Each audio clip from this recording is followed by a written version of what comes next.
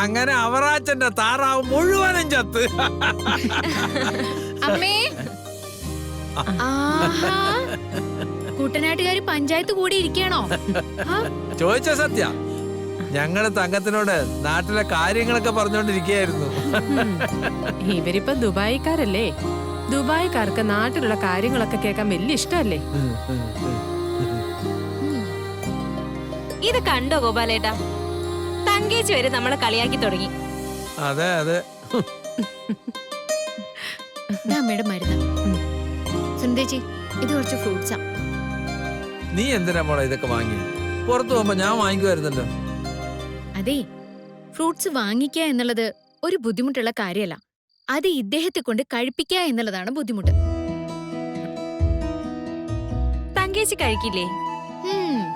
ഏതെങ്കിലും ഒരു ഫ്രൂട്ട്സ് എടുത്ത് അരിഞ്ഞ് മുമ്പിൽ കൊണ്ടു ചെന്ന് വെച്ചാലും 1 2 കഷ്ണം കഴിക്കും.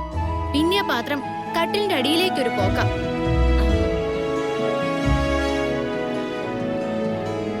ചിലപ്പോ 3 4 ദിവസം കഴിഞ്ഞ് ഈച്ച ആർക്കുന്നത് കാണുമ്പോ ഞാനത് പുറത്തു കളയും. അപ്പൊ ഒരു ചിരിയുണ്ട്. ഒരു ഇച്ചിരി ചോറും അതിന്റെ തുമ്പത്തൊരു കറിയും, അതിന്റെ അപ്പുറത്തേക്കൊന്നും ഞാൻ ശീലിച്ചിട്ടില്ല. ഇവളാണെങ്കി ഓരോന്ന് വാങ്ങിച്ചോണ്ട് വന്നിട്ട് തിന്നെന്നും പറഞ്ഞ് നിർബന്ധിച്ചോണ്ടിരിക്കും.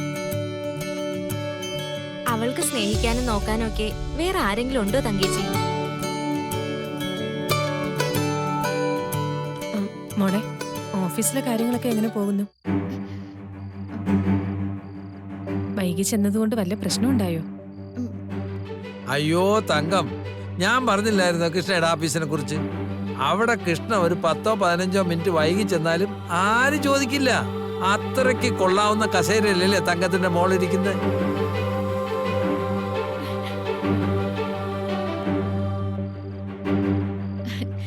നല്ല ജോലി അമ്മേ, എനിക്ക് യാതൊരു ബുദ്ധിമുട്ടും അവിടെയില്ല. നാളെ മോളോട് ഓഫീസിലേക്ക് ഞാനും വരട്ടെ.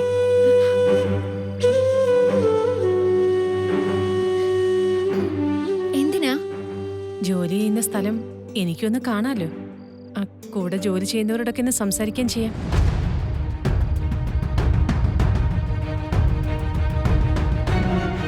അമ്മയുടെ അസുഖം മാറിയിട്ട് ഞാൻ അമ്മയെ ഓഫീസിൽ കൊണ്ടുപോവാം. ഓ, അതിനി എന്നാ? അതിന്റെ കാര്യങ്ങളൊക്കെ ചെയ്യാനേ നാളെ ഞാൻ ഓഫീസിൽ പോകുന്നതിന് മുന്നേ പോണം. ഹോസ്പിറ്റലിൽ ചെന്ന് ചെക്കപ്പ് നടത്തണം. അല്ലാതെ ഇവിടെ സുഖിച്ചിരിക്കാന്ന് കരുതിയോ എന്റെ സുന്ദരിക്കുട്ടി? ആശുപത്രിയിൽ പോകുന്ന കാര്യം ആലോചിക്കുമ്പോ തലയുടെ വെളിവൊക്കെ അങ്ങ് പോകും. ദേ, ഇത്രയും ദൂരം അതിനു വേണ്ടി വന്നിട്ട് ഇനി ആശുപത്രിയിൽ പോവാതിരിക്കാനുള്ള ന്യായങ്ങൾ പറഞ്ഞു. നാളെ നേരത്തെ റെഡിയായിട്ട് എന്റെ കൂടെ ഇങ്ങ് വന്നേക്കണം.